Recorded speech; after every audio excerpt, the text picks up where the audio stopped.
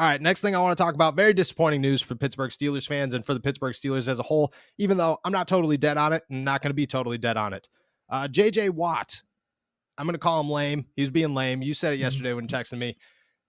Sometimes you just gotta let a narrative run because it's fun to let it run. He popped on Pardon My Interruption, a Barstool Sports podcast, obviously, and was asked about the rumors of him returning to the NFL, joining his brother TJ with the Pittsburgh Steelers. It has been tossed around. It seems like the most likely landing spot if he did decide to return to the NFL. He says, no, I will not be playing for the Pittsburgh Steelers this year, although he says that he will be at a game at Acrisure Stadium. He was hyped to see the ketchup bottles for some reason. Don't really know that one. Okay. So that's shut down, at least according to JJ.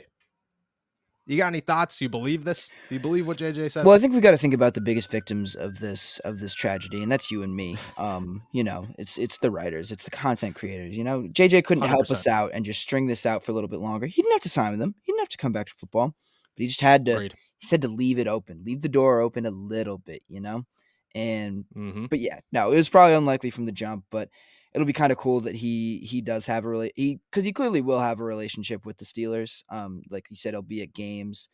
He's talked with Mike Tomlin. Like that's fun and that's cool. And I think, nothing hurt by having JJ around and having him cheering for the team from the stands at least.